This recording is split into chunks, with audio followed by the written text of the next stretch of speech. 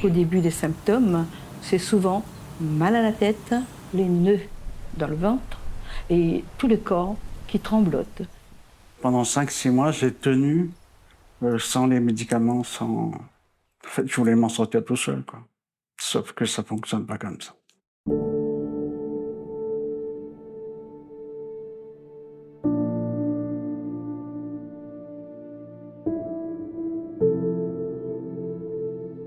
Je suis dans mon travail, je vivais ma vie avec ma famille, quoi. Mais jamais je pensais à ces termes-là. Non, c'était inconnu, vraiment inconnu. Bon, clinique, psychiatrique, psychologique, c'était des mots inconnus de mon vocabulaire. Bon, sauf vocabulaire quand on regarde dans un dictionnaire. Mais connaître ces mots-là, non. Je ne connaissais pas la valeur de ces mots. Et la démarche, déjà, c'est de venir ici, de son propre gré. Puis ensuite, commencer à expliquer. Et c'est là que c'est la partie la plus pénible. D'expliquer à un psychiatre pourquoi on est là. Et c'est des moments très difficiles à passer parce que on ressasse des choses qu'on a oubliées depuis très longtemps. Et ces choses-là vous arrivent. Donc là... Il ne faut pas confondre déprime et humeur triste avec une dépression qui est un état de souffrance et de douleur morale qui est là à tout moment de la journée, à tout moment de la vie et qui est insupportable et qui épuise le patient.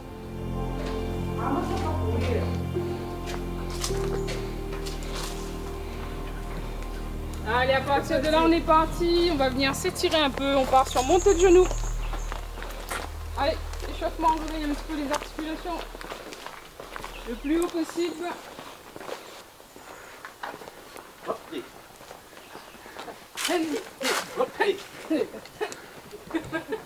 Talons fesses. Quelle fesse? Allez, on essaie de garder le genou vers le sol. Moi, je suis quelqu'un qui marche énormément, qui fait beaucoup de sport. Et c'est arrivé à un moment donné où j'ai stoppé carrément toute activité, sport, tout.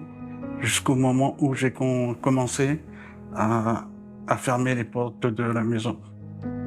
J'ai déjà connu l'hospitalisation complète, plusieurs fois, parce qu'il faut se dire que dans la vie, il y a des tourments, toujours. Hein, c'est pas facile. Et quand on a une fragilité, c'est encore un peu plus difficile pour nous de supporter par rapport à quelqu'un qui n'a jamais eu, qui était bien de toute sa vie. C'est vrai que quand on dit... En fait, c'est l'extérieur qui nous ramène à ça, parce que venir dans une clinique comme ça, c'est considéré comme si on est fou. Alors que pour moi, c'est une maladie comme le reste. Mais il n'y a pas à avoir peur de venir si on a besoin surtout. Souvent, on le dit, la dépression, c'est la folie. Non, c'est pas la folie. Qu'est-ce que c'est que la folie? Il faut peut-être redéfinir ce que c'est que la folie et différencier les choses. Quand on est dans une certaine souffrance, il faut accepter d'ouvrir la porte et de parler de sa souffrance.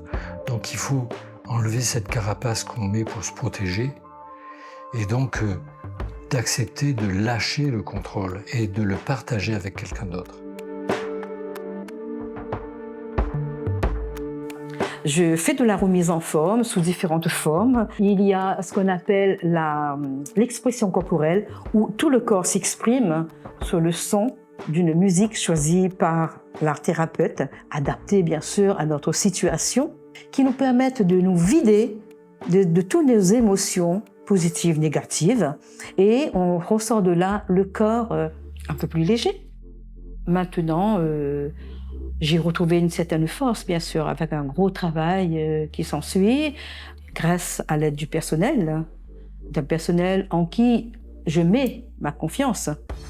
Et je peux aussi dire qu'il faut pour cela mettre toute sa volonté et avoir de la patience. C'est un long travail, mais il faut le faire pour pouvoir s'en sortir. Oui, moi je suis convaincu qu'on peut s'en sortir de toutes les dépressions. C'est un travail qu'on fait avec quelqu'un, avec une équipe. Toutes les dépressions peuvent être traitées, en tout cas moi j'en suis convaincu. J'ai besoin de faire avancer les choses dans mon métier, de voir qu'il y a des résultats, de voir qu'on arrive à sauver des gens.